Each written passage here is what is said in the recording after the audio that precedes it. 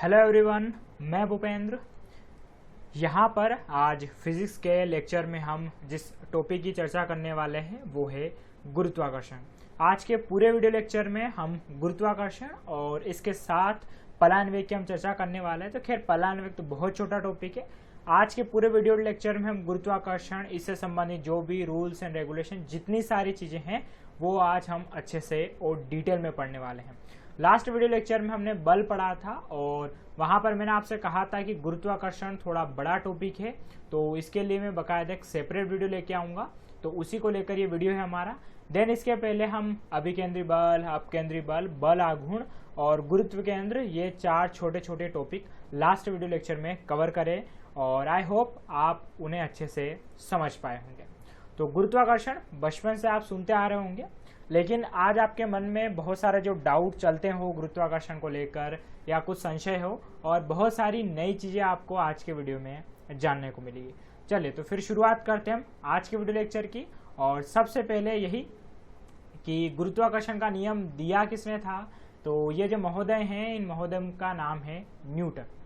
स्वाभाविक सी बात है, और ये किस्सा आपने सुना भी होगा कि एक बार वो सेब के पेड़ के नीचे बैठे थे और अचानक से जब ऊपर से सेब गिरा तो उनके मन में यही ख्याल आया कि ये जो सेब है ये ऊपर क्यों नहीं गया, नीचे ही क्यों आया।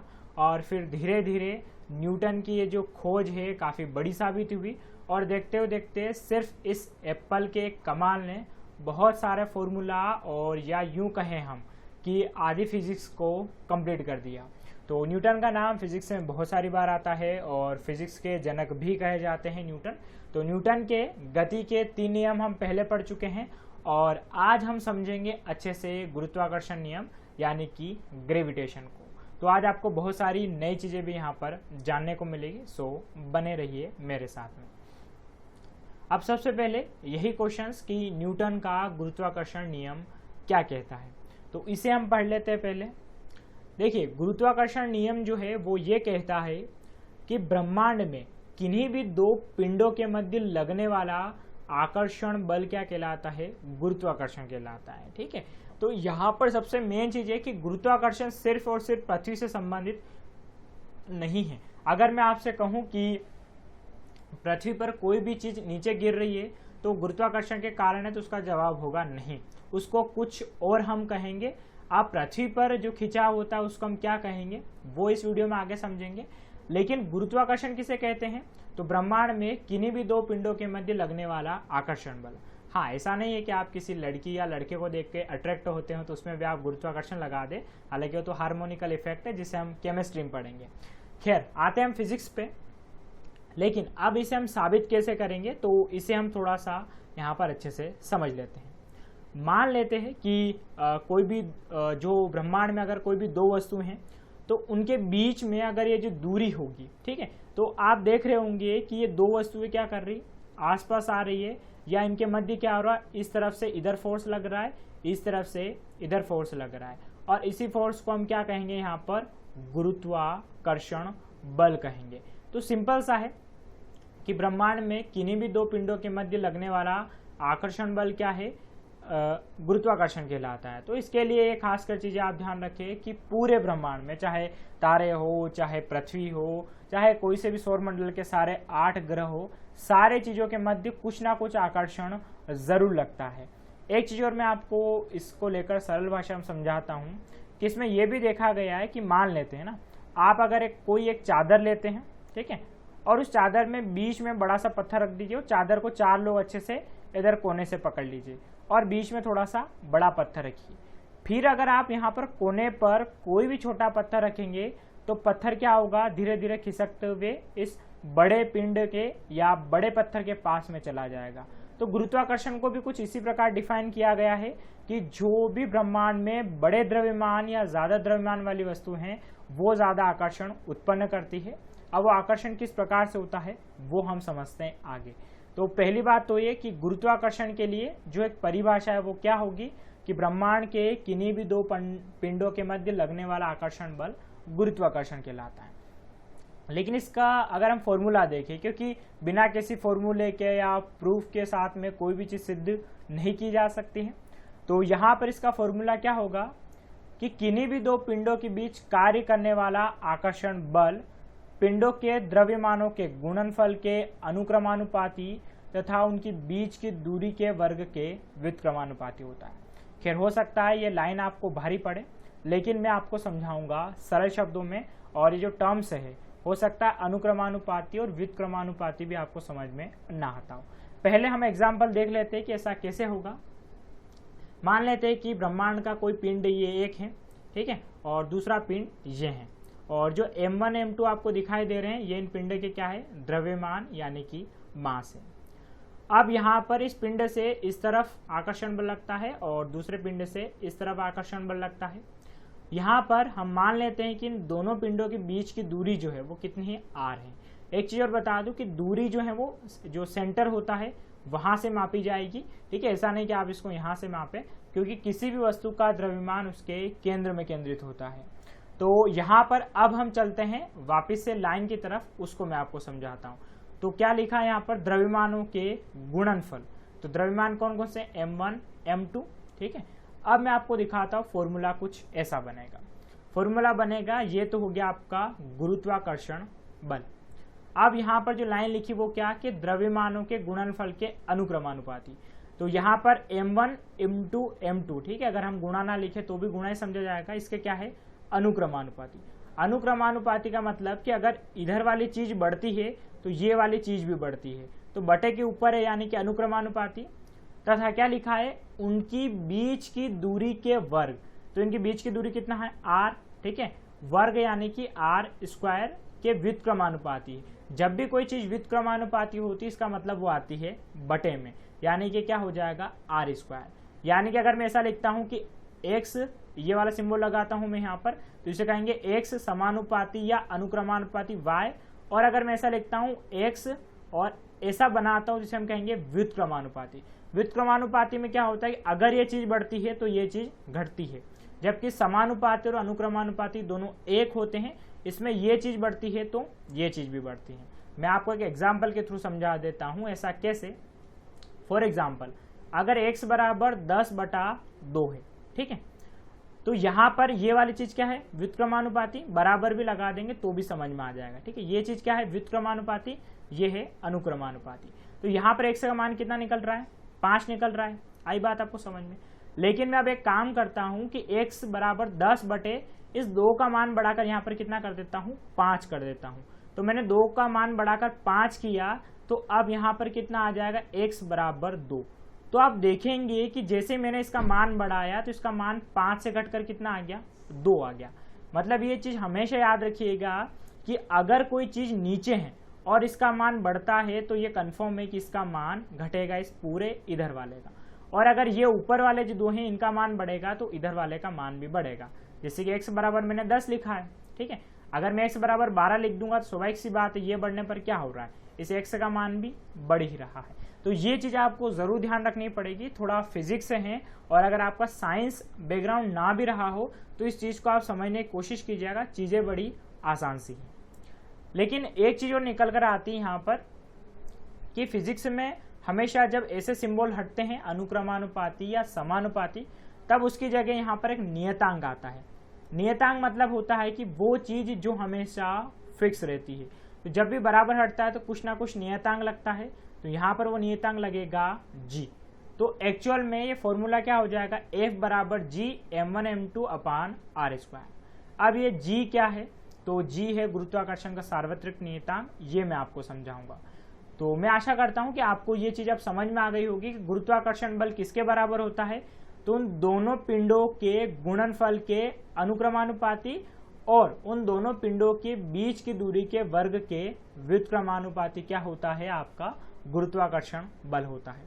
अब ये g क्या है ये मैं आपको समझाता हूँ। ओके, तो फिजिक्स में एक चीज याद रखिएगा कि ये जब भी हटता है तो कुछ ना कुछ इसकी जगह सिंबल जरूर लगता है, और यही यहाँ पर हमने लगाया है। अब इसको अगर आपको लिखना हो as a exam point of view से, तो इसको कुछ हम इस प्रकार से लिख सकते हैं। माना दो पिंड जिनका द्रव्यमान m1 m2 है और एक दूसरे से r दूरी पर स्थित है, तो न्यूटन के नियम के अनुसार बीच में लगने वाला आकर्षण बल क्या होगा, F बराबर g m1 m2 अपान r², जहां g एक नियतांक है जिसे सार्वत्रिक गुरुत्वाकर्षण नियतांक कहते हैं। तो ये आपको जरूर याद रखना है, इसे क्या कहते हैं, सार्वत्रिक गुरुत्वाकर्षण नियतांक। इसका मान होता है 6.67 × 10⁻⁻11 newton metre square upon kilogram square. तो यहाँ पर ये अब कहाँ से कैसे क्या आया है, तो ये तो न्यूटन जैसे साइंटिस्ट ने सिद्ध कर रखा है, तो इसको हम सिद्ध नहीं करेंगे। ये मान थोड़ा सा रटने जैसा है, तो आपको इसे रटना पड़ेगा। ओके, तो जो मैंने आपको पिछली स्लाइड में समझाया उसी का ये यहाँ पर क्या हो गया, थ्योरेटिकल फॉर्म हो गया। और मैं आशा करता हूँ कि आपको ये दोनों चीज़ें अच्छे से समझ में आई होगी। ओके, तो यहाँ पर वही वाली बात खास कर ध्यान रखिएगा कि जो फॉर्मूला है यहाँ पर क्या था, ये इसे बोलते हैं ऊपर वाले के लिए अनुक्रमानुपाती, नीचे के लिए व्युत्क्रमानुपाती बोलते हैं। और जब हटाकर जी लगाया जाता है तो इस जी का मान ये आप याद रखिएगा, और इसे हम क्या कहते हैं, सार्वत्रिक गुरुत्वाकर्षण नियतांक कहते हैं। अब इसमें एक चीज याद रखिएगा कि अनुक्रमानुपाती और व्युत्क्रमानुपाती में फर्क क्या पड़ता है। तो अगर मैं आपसे क्वेश्चन पूछूं कि इन दोनों पिंडों के मध्य की अगर ये जो दूरी है, अगर ये दूरी बढ़ाई जाए तो इनके मध्य लगने वाला गुरुत्वाकर्षण बल घटेगा कि बढ़ेगा। अगर मैंने आपको बात समझाई और समझ में आई तो आप यहाँ पर आसानी से जवाब दे पाएंगे। अगर इन दोनों के बीच की दूरी क्या होती है, बढ़ती है, तो स्वाभाविक सी बात है जो गुरुत्वाकर्षण बल है F, उसका मान कम होगा। क्यों होगा, क्योंकि यहाँ पर R का मान अगर बढ़ेगा तो स्वाभाविक सी बात है F का मान क्या होगा, कम होगा। तो ये बात जरूर याद रखिएगा कि दो पिंडों के मध्य में जितनी ज्यादा दूरी होगी उनके मध्य लगने वाला गुरुत्वाकर्षण बल उतना कम होगा। दूसरा यहाँ पर आपको ये याद रखना है जो चीज है वो ये कि अगर इन दोनों पिंडों का जो भार है वो बढ़ता है तो यहाँ पर भार बढ़ने पर इनके मध्य लगने वाला गुरुत्वाकर्षण बल भी क्या है, बढ़ेगा। ऐसा क्यों, क्योंकि अगर आप फॉर्मूले में जाइए फिर से, यहाँ पर साफ दिखेगा कि m1 m2 क्या है, ऊपर है। अगर इनका मान बढ़ेगा तो स्वाभाविक सी बात है F का भी मान बढ़ेगा। तो ये आप दो चीजें आपको याद रखनी है कि गुरुत्वाकर्षण बल पिंडों के मध्य दूरी बढ़ने पर क्या होता है, घटता है, लेकिन इन दोनों के पिंडों का द्रव्यमान बढ़ने पर बढ़ता है। और ये लाइन आपको रटने की जरूरत नहीं है, इस फॉर्मूले को अपने दिमाग में बिठा लीजिएगा, फिर आप कभी नहीं भूलेंगे कि यहाँ पर दूरी बढ़ने पर क्या होता है या द्रव्यमान बढ़ने पर क्या होता है। चलिए साथियों, तो मैं आशा करता हूँ कि आपको एक बेसिक जो जानकारी है गुरुत्वाकर्षण के बल के बारे में वो आप अच्छे से यहाँ पर समझ पाए होंगे। चलिए आगे हम बढ़ते हैं यहाँ पर, और अब बात करते हैं गुरुत्व की। तो जिस चीज की मैं चर्चा कर रहा था कि पृथ्वी पे जो आकर्षण बल लगता है उसे गुरुत्वाकर्षण नहीं कहते हैं, उसे हम क्या कहते हैं, गुरुत्व यानी कि ग्रेविटी कहते हैं। तो इसकी डेफिनेशन कुछ ऐसी कि न्यूटन के गुरुत्वाकर्षण के अनुसार दो पिंडों के बीच एक आकर्षण बल कार्य करता है। यदि इनमें से एक पिंड पृथ्वी हो तो इस आकर्षण बल को गुरुत्व कहते हैं। ये बात आप खास कर ध्यान रखिएगा, ठीक है। तो यहाँ पर क्या लिखा, गुरुत्वाकर्षण तो किन्हीं भी दो पिंडों के बीच लगने वाला आकर्षण बल है, लेकिन यदि इसमें से एक पिंड क्या हो, पृथ्वी हो, तो उस आकर्षण बल को गुरुत्व यानी कि ग्रेविटी कहा जाएगा। कुल मिला के गुरुत्व वह आकर्षण बल है जिससे पृथ्वी किसी वस्तु को अपने केंद्र की ओर खींचती है। तो ये आपको खास कर ध्यान रखना है, पृथ्वी अगर अपने केंद्र की ओर किसी वस्तु को खींचती है या हमारे हाथ से चीज कोई भी छूटकर नीचे गिरती है तो उसका मेन रीजन ग्रेविटी हम कहेंगे। हालांकि एक्चुअल में पार्ट तो गुरुत्वाकर्षण का ही है, लेकिन ग्रेविटी कहना ज्यादा सही होगा। जैसे कि फॉर एग्जाम्पल आप यहाँ पर देख सकते हैं, एक्चुअल कंडीशन कुछ पृथ्वी की ऐसी होती है कि पृथ्वी सब तरफ से जो भी पिंड वगैरह है या इसकी सतह पर जो वस्तु हैं उन्हें क्या करती है, अपनी तरफ आकर्षित करने का कार्य करती है। तो पृथ्वी की स्थिति कुछ ऐसी होगी यहाँ पर। तो जैसे ही अगर यहाँ से कोई भी वस्तु गिरती है तो वो सीधा कहाँ पर आएगी, पृथ्वी पर ही आएगी, ठीक है। हाँ, ऐसा मत सोचिएगा यहाँ पर कि इधर नीचे से गिरने वाली वस्तु जो है वो पृथ्वी पर आएगी कि नीचे गिरेगी। तो एक चीज और बता दूं कि ब्रह्मांड में पृथ्वी स्वतंत्र रूप से घूम रही है, ठीक है। तो इसका ऊपर नीचे कुछ नहीं होता है, सब तरफ सेम है यहाँ पर, ठीक है। तो यहाँ पर अफ्रीका है, इधर इंडिया है, पीछे एक तरफ अमेरिका है। फिर तो आप सोचोगे कि अंटार्कटिका के लोग नीचे क्यों नहीं गिर गए, तो उनकी तरफ से वो सीधे हैं। तो यहाँ पर मुझे आशा है कि आपको ये तो कंफ्यूजन नहीं होगा कि क्या नीचे भी आकर्षण होगा, बिल्कुल होगा। ओके, तो गुरुत्व आप समझ पाए होंगे जो मैं आपको समझाना चाह रहा था। अब यहाँ पर इस बात को समझिए और महत्वपूर्ण टर्म आने वाली है इस बल से मतलब यहाँ पर जो हमने लास्ट स्लाइड में पढ़ा वो था गुरुत्व बल। तो इस बल के कारण जो त्वरण उत्पन्न होती है उसे गुरुत्व जनित त्वरण कहते हैं और इसके लिए सिंबल है स्मॉल जी, ठीक है, जिनका मान होता है 9.8 मीटर प्रति सेकेंड स्क्वायर। तो खासकर जो मैं चीज आपको बता दूं वो ये कि गुरुत्व क्या है, एक आकर्षण बल है, लेकिन उससे जो त्वरण उत्पन्न होता है, त्वरण में आपको समझा चुका था, त्वरण क्या होता है, वस्तु के वेग में परिवर्तन की दर। जो त्वरण उत्पन्न होता है उसे कहते हैं गुरुत्व जनित त्वरण और इसके लिए सिंबल क्या है, स्मॉल जी यहाँ पर सिंबल है। फॉर एग्जाम्पल के लिए जैसे कि कोई भी व्यक्ति आसमान से डाइविंग करता है, स्काई डाइविंग करता है, या कोई भी चीज पृथ्वी की तरफ जब आती है तो उसमें क्या होता है, त्वरण उत्पन्न होता है।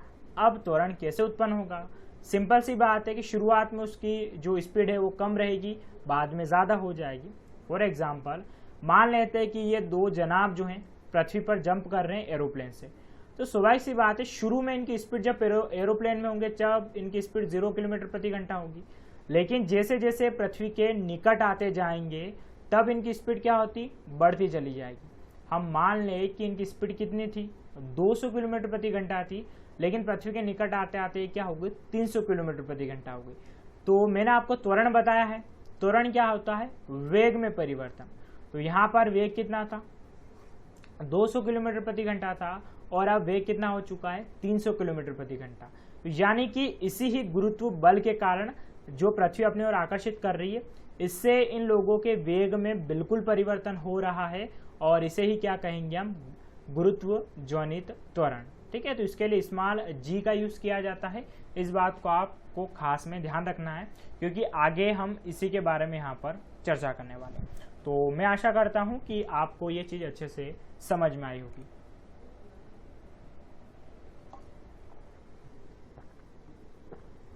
अब सबसे महत्वपूर्ण चीज जो आपको याद रखना है वो ये कि गुरुत्व जनित त्वरण यानी कि जी वस्तु के रूप, आकार, द्रव्यमान आदि पर निर्भर नहीं करता है। इसका मतलब क्या, देखिए इसको समझते हैं हम यहाँ पर। तो सबसे पहली बात, आपको गुरुत्व जनित जो त्वरण है उसका फॉर्मूला याद रखना है। इसका फार्मूला होता है जी बराबर, ये इस जी का मतलब तो मैंने आपको बता दिया है, क्या है ये, गुरुत्वाकर्षण सार्वत्रिक नियतांक, ये तो है ही सही। इसके अलावा me/r²। तो यहाँ पर मैं आपको बता दूं कि जो me है ये पृथ्वी का द्रव्यमान है, ठीक है, इस बात को आप ध्यान रखें।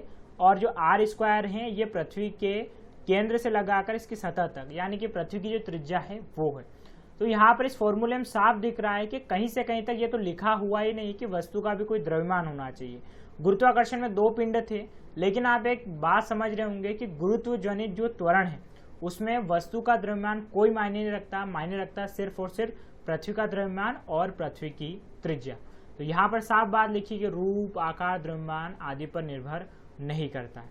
तो एक चीज और मैं आपको क्लियर कर दूं, गुरुत्वाकर्षण अलग चीज है, गुरुत्व अलग चीज है और गुरुत्व जनित त्वरण अलग चीज है।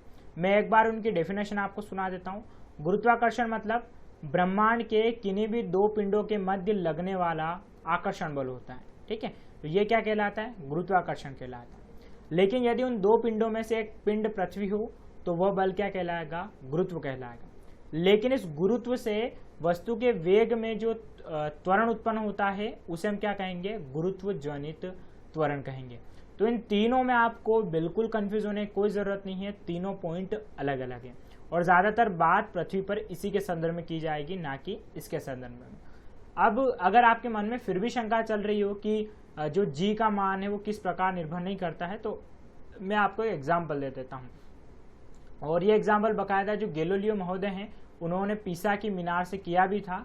तो मैं आपको एक एग्जाम्पल बताता हूँ। मान लेते हैं कि किसी बिल्डिंग की जो सबसे ऊंची मीनार है वहां से अगर एक तरबूज, ठीक है, और एक अंडे को साथ में गिराया जाए और आपसे प्रश्न पूछा जाए कि इन दोनों में से पहले नीचे कौन आएगा, दोनों को एक साथ गिराया जाते तो अमूमन आप में से अधिकांश का जवाब होगा कि तरबूज पहले आएगा। लेकिन यहाँ पर यही तो बात लिखी हुई है कि वस्तु के रूप, आकार, द्रव्यमान आदि पर निर्भर नहीं करता है त्वरण। स्वाभाविक सी बात है, जब ये आएगा तो इसमें त्वरण बिल्कुल उत्पन्न होगा। शुरू में 0 है, आते आते इसकी स्पीड बढ़ेगी, यानी कि त्वरण तो इस तरबूज का भी होना है और त्वरण इस अंडे का भी होना है। लेकिन यहाँ पर जी का मान साफ लिखा है कि द्रव्यमान पर निर्भर करता ही नहीं है। तो जब इन दोनों को एक साथ नीचे गिराया जाएगा तो इन दोनों की नीचे आने की टाइमिंग बाकायदा बिल्कुल बराबर होगी। तो यही बात दर्शाता है यहाँ पर कि जो गुरुत्व जनित त्वरण है वो किसी भी तरह से जो पिंड है यानी कि वस्तु है उसके द्रव्यमान पर निर्भर नहीं करता है। ये निर्भर किस पे करता है? पृथ्वी के द्रव्यमान और पृथ्वी की त्रिज्या पर करता है। यहाँ पर इनकी पृथ्वी की सतह से दूरी पर भी निर्भर नहीं करेगा, क्योंकि पृथ्वी की त्रिज्या की तुलना में इनकी पृथ्वी से जो दूरी है वो बिल्कुल नगण्य मान ली जाएगी। इस कारण से तो गुरुत्व जनित त्वरण जो है वो अब आपको अच्छे समझ में आ गया होगा कि ये किस चीज पर निर्भर करता है, सिर्फ और सिर्फ पृथ्वी पर। तो मैं आशा करता हूँ आपको यहाँ पर ये चीज अच्छे से समझ में आ गई होगी। अब हम आगे बढ़ते हैं और सबसे महत्वपूर्ण कि जी के मान में परिवर्तन। तो जो यही गुरुत्व जनित त्वरण है या इसे गुरुत्वीय त्वरण भी कहते हैं, इसके मान में परिवर्तन होते हैं। तो ये परिवर्तन आपको अच्छे से ध्यान में रखना पड़ेंगे, एग्जाम पॉइंट ऑफ व्यू से बहुत महत्वपूर्ण है। तो सबसे पहला पॉइंट कि पृथ्वी की सतह से या तो आप ऊपर जाओ या नीचे आओ, दोनों कंडीशन में जी का मान घटता है। अब ऐसा क्यों? अगर हम ऊपर जा रहे हैं तो भी जी का मान घट रहा है, यानी कि एक तरीके से गुरुत्वाकर्षण ही उसे कह सकते हैं, समझ सकते हैं कि ऊपर जाने पर भी जो लगने वाला एक तरीके का आकर्षण बल है वो भी कम हो रहा है, नीचे जाने पर भी क्या हो रहा है? कम हो रहा है। ऐसा क्यों? या जी मतलब क्या? यहाँ पर गुरुत्वीय त्वरण है, कंफ्यूज होने की जरूरत नहीं है। ठीक है, हम जिस जी की बात करें वो क्या है? गुरुत्वीय त्वरण है। तो ऊपर जाने पर भी कम होगा, नीचे जाने पर भी कम होगा। इसका मतलब क्या? देखिए, सबसे पहली बात तो आपको इस जी का फॉर्मूला दिमाग में बिठा के रखना है। क्या होता है? ME/r²। और इसी से ही आप समझ पाएंगे कि ऐसा क्यों होता है।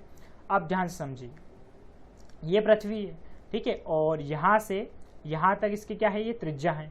ठीक है, अब इसके बाद में यहाँ पर हम मान लेते हैं कि हम थोड़ा सा पृथ्वी की सतह से ऊपर चले जाते हैं। ठीक है, तो यहाँ पर अगर हम पृथ्वी की सतह से ऊपर चले जाते हैं, यानी कि हम यहाँ पर आ जाते हैं, थोड़ा सा ऊपर चले जाते हैं, तो ये जो त्रिज्या का मान है बढ़ेगा कि नहीं बढ़ेगा? बिल्कुल बढ़ेगा। ठीक है, देखिए मैं एक बार फिर से बता दूं कि यहाँ पर ये जो दूरी है यहाँ वाली, ये पृथ्वी की त्रिज्या में काउंट कर ली जाती है। इसको यहाँ पर ऐसा नहीं माना जाएगा कि पिंड से पृथ्वी की सतह से दूरी, ऐसा नहीं होता है। तो इसको क्या मान लिया जाएगा? पृथ्वी की त्रिज्या मान ली जाएगी, यहाँ तक आ गई। तो स्वाभाविक सी बात है, अब आर का मान क्या हो गया है? बढ़ गया है। अब अगर आप समझ पाए होंगे तो आर के मान को हम यहाँ पर रखेंगे, तो अगर ये वाला मान बढ़ेगा, नीचे वाला मान, तो इधर वाला मान क्या होगा? घटेगा कि नहीं घटेगा? बिल्कुल घटेगा।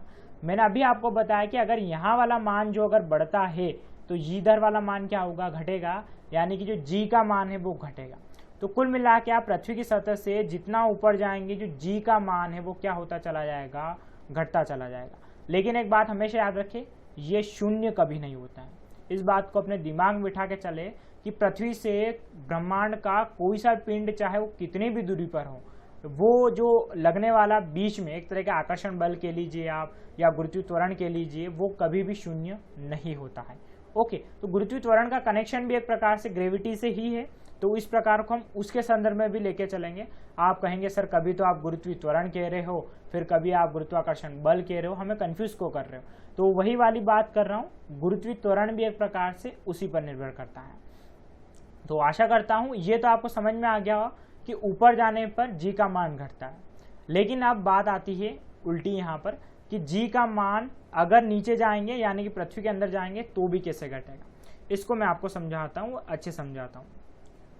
देखिए, अगर हम यही पृथ्वी फिर से आ गई, अगर इसे पृथ्वी में हम अंदर की तरफ जाते हैं, अंदर मतलब एक तरीके से हम कुआं खोदते हैं, ट्यूबवेल खोदते हैं, उसकी तरफ अगर हम अंदर जाते हैं तो अंदर जाने पर क्या होगा? यहाँ पर मान लेते हैं हम पृथ्वी में थोड़ा सा इतना अंदर चले गए, तो स्वाभाविक सी बात है यहाँ पर ये जो त्रिज्या है ये क्या हो जाएगी? कम हो जाएगी। बिल्कुल कम होगी। पहले क्या थी? यहाँ पर त्रिज्या ज्यादा थी, अब ये जो त्रिज्या है ये कम हो जाएगी। ठीक है, अगर आप यहाँ पर देखेंगे कि सर ये तो अच्छी बात है कि अगर त्रिज्या कम हुई और ये मान कम रखेंगे यहाँ पर तो इसका मान बढ़ेगा, मतलब जी तो क्या होना चाहिए? बढ़ना चाहिए। लेकिन यहाँ तो लिखा है कि नीचे जाने पर भी जी का मान घटेगा। ऐसा इसलिए क्योंकि अब जो पृथ्वी का द्रव्यमान है, इस बात को ध्यान से समझिएगा, बहुत महत्वपूर्ण है। अब जो पृथ्वी का द्रव्यमान है वो सिर्फ और सिर्फ इस जगह से काउंट होगा। ये वाली यहाँ का जितना भी इसका द्रव्यमान था ये सारा क्या हो जाएगा? कम हो जाएगा। यानी कि पृथ्वी जो इतनी बड़ी दिखाई दे रही थी, अब पृथ्वी हो जाएगी इतनी सी छोटी।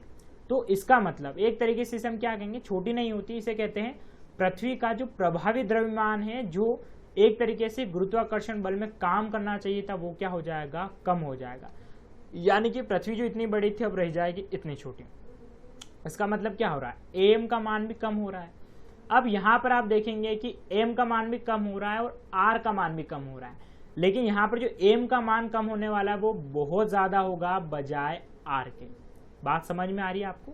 यहाँ पर एम का मान भी कम होगा क्योंकि प्रभावी द्रव्यमान में ये सारी चीज़ें, यहाँ का ऊपर वाला द्रव्यमान क्या हो जाएगा, हट जाएगा, पृथ्वी छोटी हो जाएगी, तो एम का मान भी घट रहा है। दूसरा यहाँ पर जो त्रिज्या है वो भी क्या हो रही है, घट रही है। ये भी बात समझ में आ रही है आपको? तो यहाँ पर कुल मिला के ये जो फॉर्मूला है इसमें एम ई का मान भी घट रहा है और नीचे आर स्क्वायर का मान भी घट रहा है, लेकिन जो एम ई का मान है बहुत ज़्यादा घटेगा बजाय आर स्क्वायर के। तो यहाँ पर फॉर्मूले के अकॉर्डिंग जी बराबर ये भी घट रहा है, ये भी घट रहा है, लेकिन ये ज़्यादा पावरफुल है, और यहाँ की कोई भी वस्तु घटती इसका मतलब ये भी बिल्कुल घटेगा। ठीक है, चलिए तो मैं आशा करता हूँ समझ पा रहे होंगे, बिल्कुल कंफ्यूज होने की ज़रूरत नहीं। एक बार और आप वीडियो को रिवाइंड में ज़रूर देख लीजिएगा, चीज़ आपको बहुत अच्छे से क्लियर हो जाएगी। तो पृथ्वी की सतह से चाहे आप ऊपर जाएं चाहे नीचे आए, दोनों कंडीशन में जो जी है इसका मान क्या होगा, घटेगा।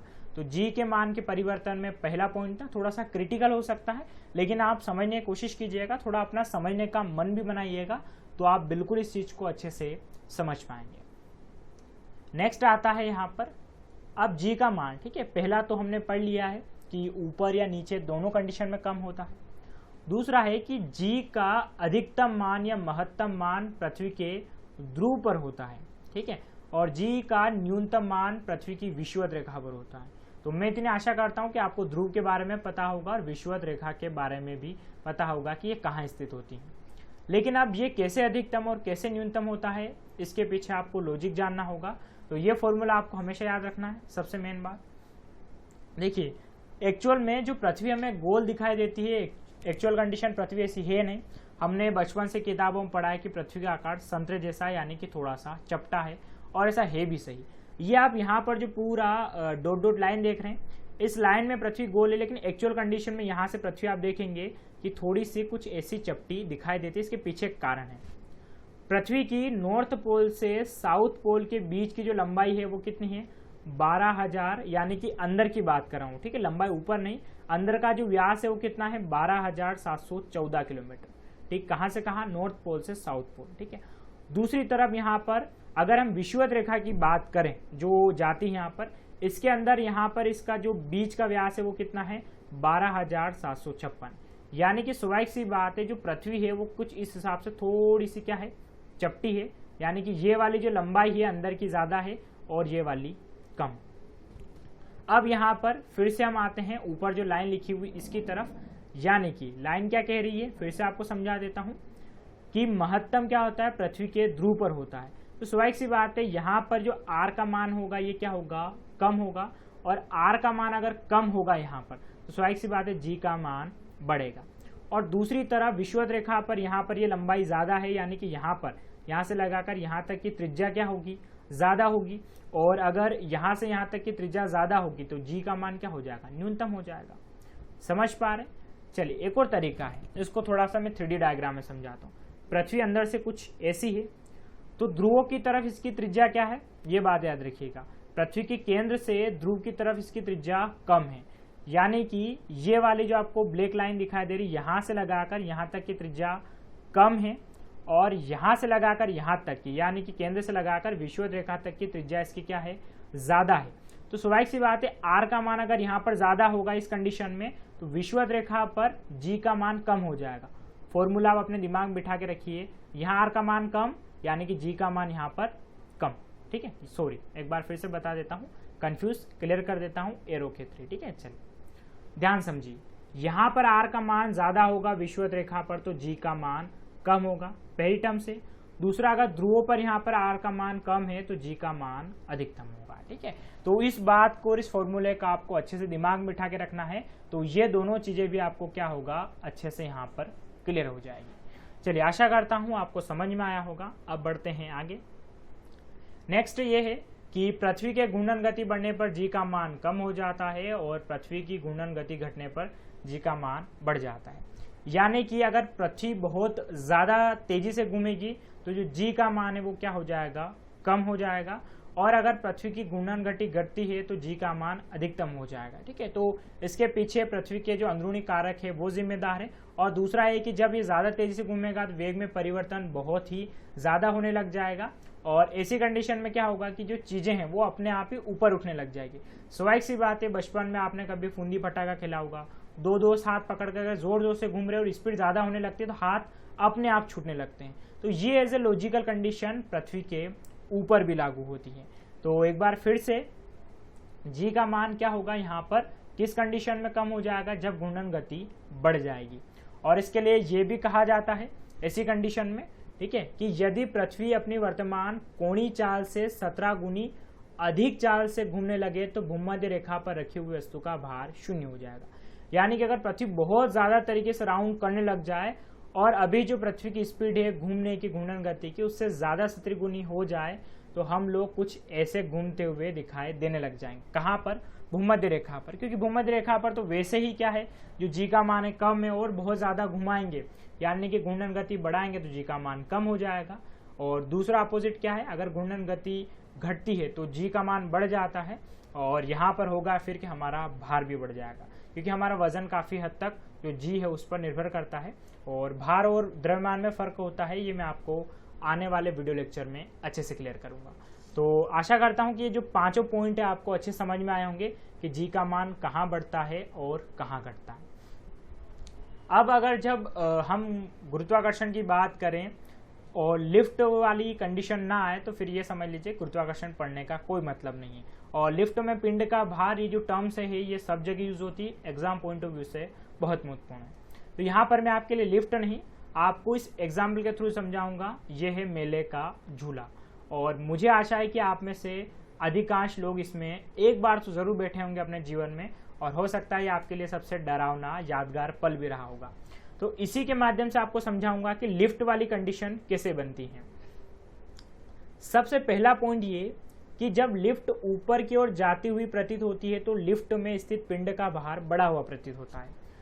स्वाभाविक सी बात है, अगर आप इस रेट कहते हैं हमारी नॉर्मल भाषा में, अगर आप इस रेट में बैठते हैं, झूले में बैठते हैं, तो जैसे जब ये झूला यहाँ तक जाता है तो हमें काफ़ी अच्छा लगता है, काफ़ी बढ़िया बढ़िया लगता है, क्योंकि इस कंडीशन में क्या होता है, हमारा भार बढ़ जाता है। ऐसा क्यों होता है, क्योंकि हम क्या कर रहे हैं, यहाँ पर ऊपर जाना चाहते हैं और पृथ्वी का जो आकर्षण बल वो हमें नीचे खींचना चाहता है। ऐसी कंडीशन हमारा भार क्या होता है, बढ़ जाता है। तो जब हम यहाँ से यहाँ तक जाते हैं तब तो बहुत अच्छा लगता है और भार हमारा बहुत ज़्यादा बढ़ जाता है। हाईएस्ट भार हमारा ये सबसे जो ऊपर वाला पॉइंट होता है यहाँ पर होता है। अब दूसरा तरीका यहाँ पर लिफ्ट जो है, इसे भी लिफ्ट ही कह सकते हैं, क्योंकि जो भी वस्तु ऊपर नीचे जा रही है वो सारी लिफ्ट ही कहलाती है। दूसरा यहाँ पर ये कि जब लिफ्ट नीचे की ओर आती है तो लिफ्ट में स्थित पिंड का भार घटा हुआ प्रतीत होता है। तो आज आपको समझ में आएगा कि जब उतरते टाइम हमारे पेट में जो बड़ा सा गड्ढा होता है, ठीक है, हम इसे यही कहते हैं, जब उतरते तो हमको पेट में अजीब सा लगता है बहुत सारा। उसका रीजन है कि जब हम नीचे आ रहे हैं तो हो क्या रहा है कि पृथ्वी तो वैसे अपनी ओर खींचे जा रही है, हम भी उसकी तरफ चले ही आ रहे हैं। तो ऐसी कंडीशन में क्या होता है कि हमारा जो भार है वो घटने लगता है। इसीलिए हमें कभी कभी ऐसा लगता है कि हम यहाँ से बहुत तेजी से नीचे गिर रहे हैं और हो सकता है नीचे जो टेंट लग रहे हैं उसमें हम गिर जाएंगे। ठीक है, ऐसा अनुभव लगभग सभी का होता है।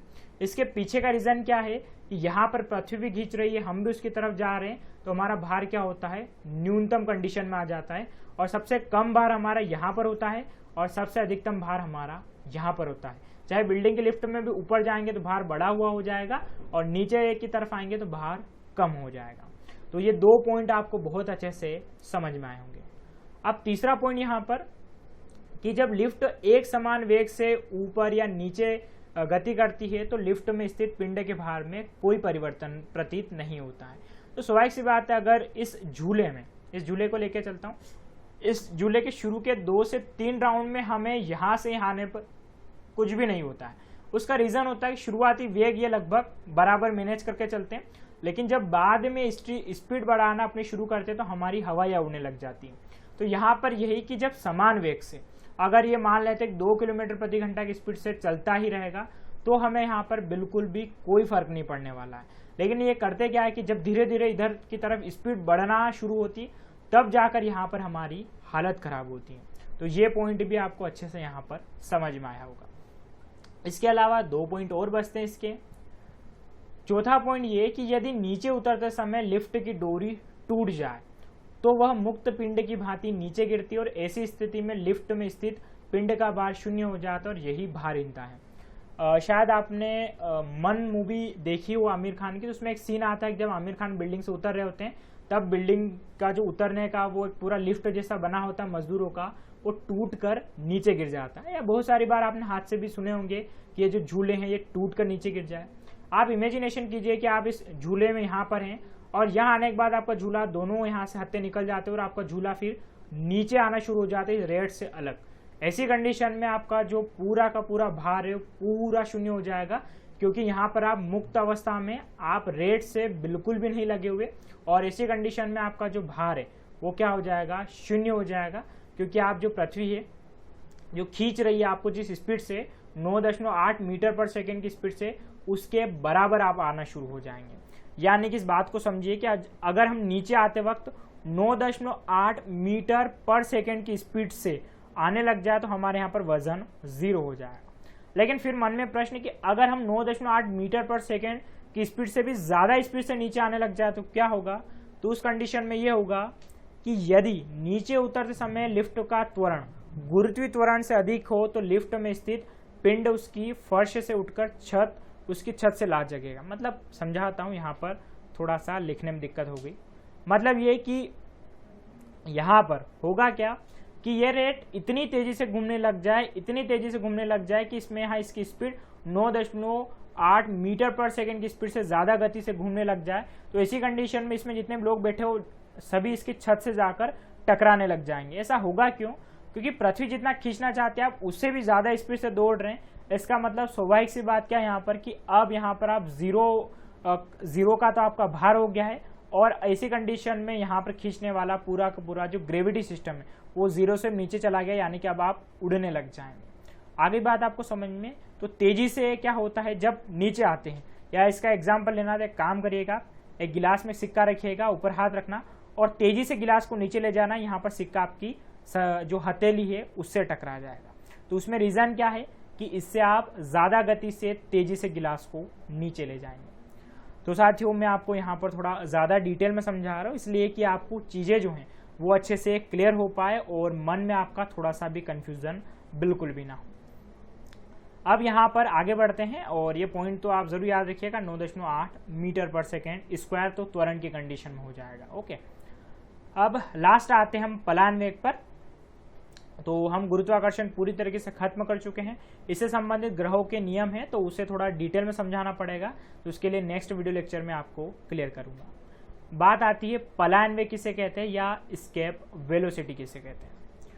देखिए इसके लिए डेफिनेशन ये कि पलायन वेग वह न्यूनतम वेग है जिससे किसी पिंड की पृथ्वी की सतह से ऊपर फेंके जाने पर वह गुरुत्वीय क्षेत्र को पार कर जाता है और पृथ्वी पर वापस नहीं आता है। यानी कि आपके हाथ में पत्थर है, आपने इतनी जोर से फेंक दिया कि वापस ही नहीं आए, तो आपने जिस स्पीड से फेंका है उसे हम क्या कहेंगे, पलायन वेग कहते हैं। हर पिंड का अपना एक गुरुत्वीय क्षेत्र होता है और जिससे बाहर अगर चीजें चली जाती तो वो उस पर वापस कभी नहीं आती। जैसे कि आपने देखा होगा कि जो उपग्रह होते हैं वो पृथ्वी के आसपास घूमते हैं लेकिन पृथ्वी के अंदर कभी नहीं गिरते। इसका रीजन होता है कि एक पूरा एक एरिया होता है जिसे हम कहते हैं गुरुत्वीय क्षेत्र, और इससे बाहर अगर कोई चीज क्रॉस कर जाती तो फिर कभी भी नहीं आती, इसके आसपास ही बार बार घूमती रहती है। तो ये स्पीड क्या होगी, तो ये पृथ्वी के लिए पलायन वेग का मान है 11.2 किलोमीटर पर सेकेंड। यानी कि अगर आप कोई पत्थर 11.2 किलोमीटर पर सेकेंड की स्पीड से फेंकते हैं तो वो पत्थर स्वाभाविक सी बात है यहाँ पर क्या होगा, इस गुरुत्वीय क्षेत्र को पार कर जाएगा और फिर कभी नीचे नहीं आएगा। जितने भी उपग्रह छोड़े जाते हैं तो उपग्रह की जो गति है वो कितनी रखी जाती है, तो वो गति पलायन वेग से अधिक ही रखी जाती है, यानी कि 11.2 किलोमीटर पर सेकेंड। यानी कि एक सेकेंड आप जब पलक झपका रहे हैं तब वह पिंड 11.2 किलोमीटर आगे जा चुका हो। ऐसी स्पीड अगर हो तो ही क्या कर सकता है, वो पलायन वेग में आएगा, और जब पलायन वेग में आएगा तो पृथ्वी गुरु क्षेत्र को पार कर जाएगा और ऐसी कंडीशन में पृथ्वी पर कभी नहीं आएगा। उपग्रह जो होते हैं उनको इसी कंडीशन में छोड़ा जाता है। लेकिन एक बात हमेशा याद रखिएगा कि पलायन वेग का मान उस पिंड के द्रव्यमान पर निर्भर करता है जहां से वस्तु को फेंका है, न कि वस्तु के द्रव्यमान पर। यानी कि अगर आप 11.2 किलोमीटर पर सेकंड की स्पीड से पृथ्वी से एक बस को फेंके और चाहे आपके पेन के ढक्कन को फेंके, दोनों को अगर आप फेंकते हैं तो दोनों के दोनों क्या कर जाएंगे, गुरुत्वीय क्षेत्र को पार कर जाएंगे, क्योंकि स्पीड ये मायने रखती है, ना कि इनका द्रव्यमान मायने रखता है। मायने जो चीज रखती है वो रखती है कि किस पिंड से फेंक रहे हैं, यानी कि अगर आप पृथ्वी से फेंक रहे हैं तो पृथ्वी का द्रव्यमान निर्भर करता है। यही पलायन वेग सूर्य के लिए लगभग 500 किलोमीटर पर सेकंड की स्पीड से ज्यादा होता है। तो जिस ग्रह का या पिंड का द्रव्यमान जितना अधिक होगा उसका पलायन वेग भी उतना अधिक होगा। हाँ, उस वस्तु से इसका कोई लेना देना नहीं है जिसको उस पिंड से क्या है, फेंका जा रहा है। चलिए साथियों, तो मैं आशा करता हूँ आपको गुरुत्वाकर्षण और पलायन वेग जो है वो फाइनली अच्छे से समझ में आ गया होगा। तो आज आपके लिए प्रश्न यहाँ पर इस वीडियो से कि गुरुत्वाकर्षण क्या है और दैनिक जीवन में यह हमें किस प्रकार से प्रभावित करता है। इस प्रश्न का उत्तर जो है लगभग आपको लिखना है 100 वर्ड में। इसके अलावा जो पलायन वेग है इसको आप 3 मार्कर के अकॉर्डिंग भी जरूर लिख लीजिएगा। साथ साथ में आप लिखते चलेंगे तो आसानी से क्या होगा, आपका सिलेबस अच्छे से कंप्लीट हो जाएगा। चलिए साथियों, तो आज का वीडियो लेक्चर हमारा यहीं समाप्त होता है। मैं आशा करता हूँ आप फिजिक्स को अच्छे से एंजॉय कर पा रहे होंगे और अच्छे से समझ पा रहे होंगे। Thanks a lot.